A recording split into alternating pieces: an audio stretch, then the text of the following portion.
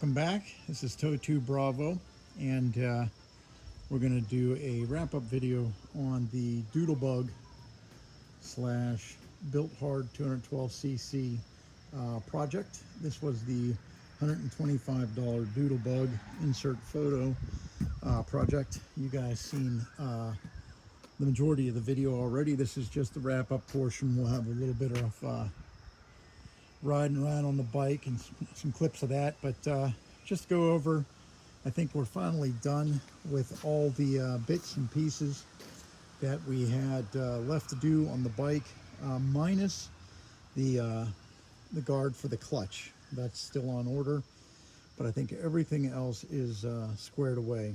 So if you look at that photo,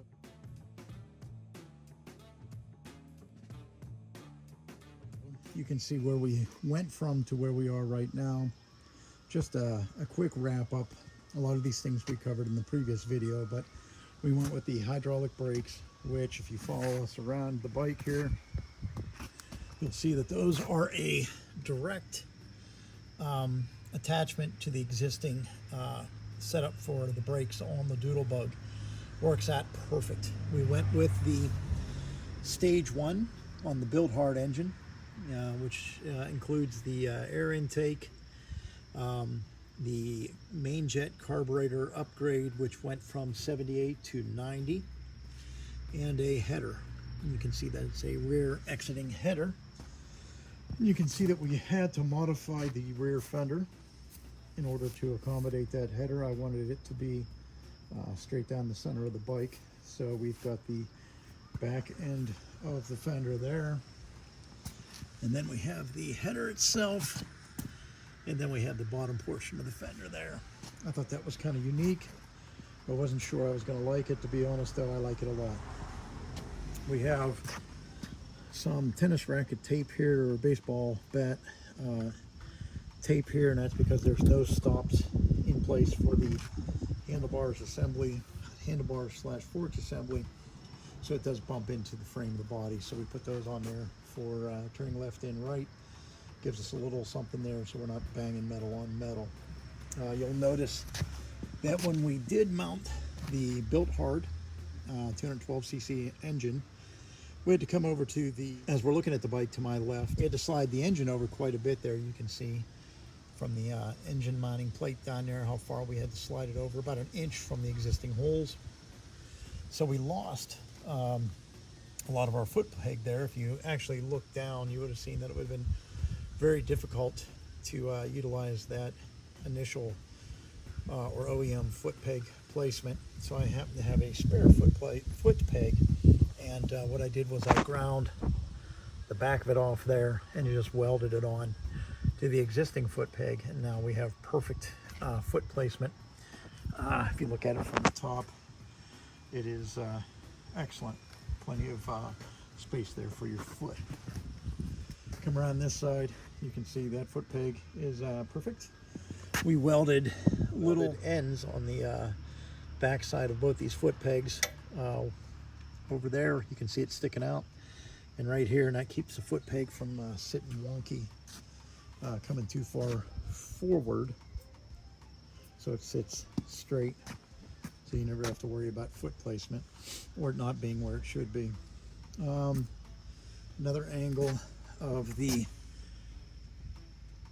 BILT HARD engine and how the exhaust and those bits and pieces of fender look. I kind of like that, and it looks actually growing on me.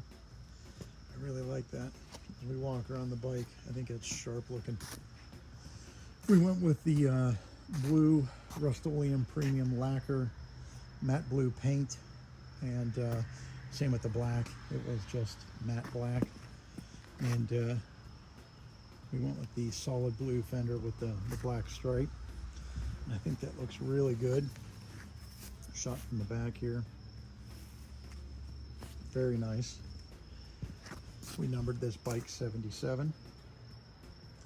We haven't had any 77s yet, I don't believe. This is a stock engine minus the stage 1 kit, and it does have a bypass on the governor spring, and the governor screw has been removed here. So Other than that, we are 100% stock. We ended up installing a kill switch, which we were lacking during one of the final videos there. We put some stickers on there. I think it looks pretty good. It's not overboard. Just a really clean look. That BILT HARD blue engine is just fantastic. I mean, it just complements this bike. It could have complemented a yellow or a green bike just as easily, or an orange bike actually. But the blue on blue looks really good. I am really fond of this bike. It is one of my favorites now.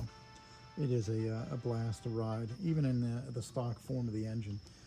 Before we did the Stage 1 kit and the Governor bypass, we had it up to 30.6 miles per hour, totally stock, which is really cool.